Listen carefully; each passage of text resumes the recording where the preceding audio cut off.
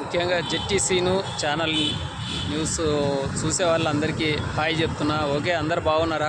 Okay, మరి ఈరోజు రైతుల కోసం మాట్లాడుకుందాం.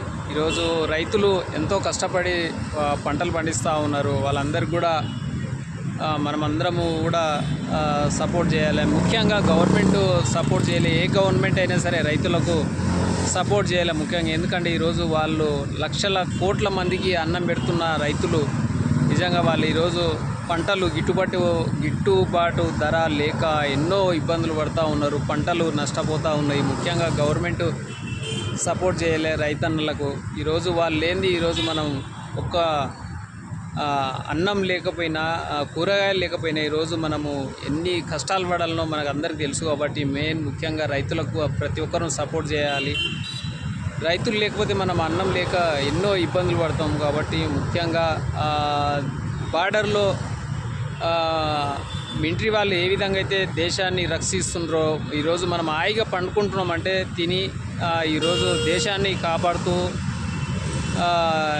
చూడండి, వాళ్ళు ప్రాణ త్యాగాలు చేసి బార్డర్లో మిలిటరీ వాళ్ళు ఉంటేనే మన దేశం బాగుంది. కాబట్టి ఇక్కడ రైతులు కూడా కోట్ల మందికి అన్నం పెడుతున్నారు ఇక్కడ రైతులు కూడా. కాబట్టి వీళ్ళిద్దరు లేకపోతే మనము ఇంత సంతోషంగా ఇంత హాయిగా ఉండలేము. కాబట్టి ముఖ్యంగా దళారీలు పంటలు ముఖ్యంగా రైతులు పంటలు పండిస్తే మళ్ళీ ఆ పంటలు కూరగాయలు కానీ ఏంటివైనా బియ్యము అవన్నీ ఇక్కడ హైదరాబాద్ తీసుకొస్తూ ఉంటారు. ముఖ్యంగా మధ్యలో దళారీలు వాళ్ళను మోసం చేసి సరైన గిట్టుబాటు ధర ఇవ్వక ఈరోజు రైతులు ఎంతో బాధపడుతూ ఉంటారు. వాళ్ళకు అనుకూలంగా ముఖ్యంగా రైతులకు మనం సపోర్ట్ చేయాలి. ఎందుకంటే ఈరోజు వాళ్ళు ఎంత కష్టపడి పంట పండిస్తే దళారీలు ఇక్కడ మార్కెట్లో కరెక్టు ధర రేటు వాళ్ళకి ఇయ్యక వాళ్ళు నష్టపోతూ ఉంటారు. కాబట్టి ఆ పంటలు కూడా గవర్నమెంటే కొనుక్కొని రైతులకు సరైన రేట్ ఇస్తే ఇంకా బాగుంటుంది. ఎందుకంటే మధ్యలో దళారీలు ఉండడం వల్ల వాళ్ళు చాలా నష్టపోతూ ఉంటారు. కాబట్టి ముఖ్యంగా ఏ గవర్నమెంట్ అయినా సరే రైతులకు సపోర్ట్ చేస్తే వాళ్ళు ఈరోజు పంటలు పండక ఎన్నో రకాలుగా బాధపడుతుంటారు. కాబట్టి వాళ్ళకి కరెక్టు రేటు వస్తేనే వాళ్ళకు ఎన్నో అప్పులు తెచ్చి ఈరోజు లక్షలు తీసుకొచ్చి పంటలు పండిస్తూ ఉంటారు రైతులు. కాబట్టి ముఖ్యంగా గవర్నమెంట్ రైతులను ఆదుకోవాలని మరి మనం అందరం కోరుకుందాం.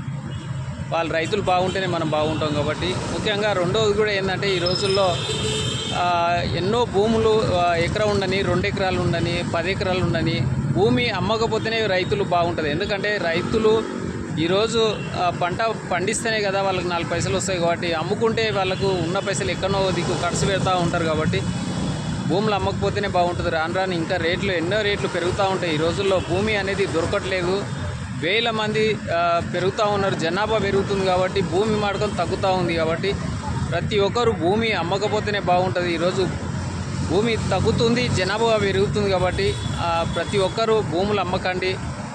ఎన్ని కష్టాలు వచ్చినా సరే మనము ఏదో రకంగా సపో చేసుకొని మనము కట్టుకొని మళ్ళీ ముందుకు వెళ్ళాలి. భూములు మాడకం అమ్మకండి. ఎందుకంటే ఈ రోజుల్లో హైదరాబాద్లో చూస్తూ ఉన్నాము, ఎక్కడ భూములు దొరుకుతలేవు. కోట్ల రూపాయలు విలువ పెరిగిపోయింది భూములకు. కాబట్టి మనం ఆ భూమి ఉంటేనే మన పిల్లలు బాగుంటారు.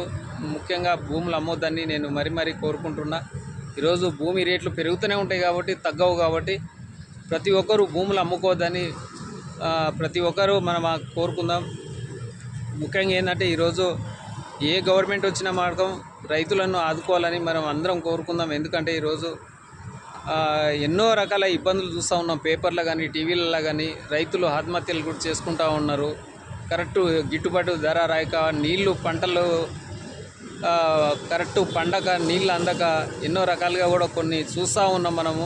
రోజు పేపర్లో ఎవరో ఒకసారి నెలలో ఒకరు 2 నెలలకు ఒకరు ఎవరో రైతు చనిపోతూ ఉన్నారు. కాబట్టి ప్రతి ఒక్కరు వాళ్ళని ఆదుకోవాలి. ముఖ్యంగా ఏ గవర్నమెంట్ వచ్చినా సరే కానీ రైతులను ఆదుకోవాలని మరి మనం కోరుకుందాం.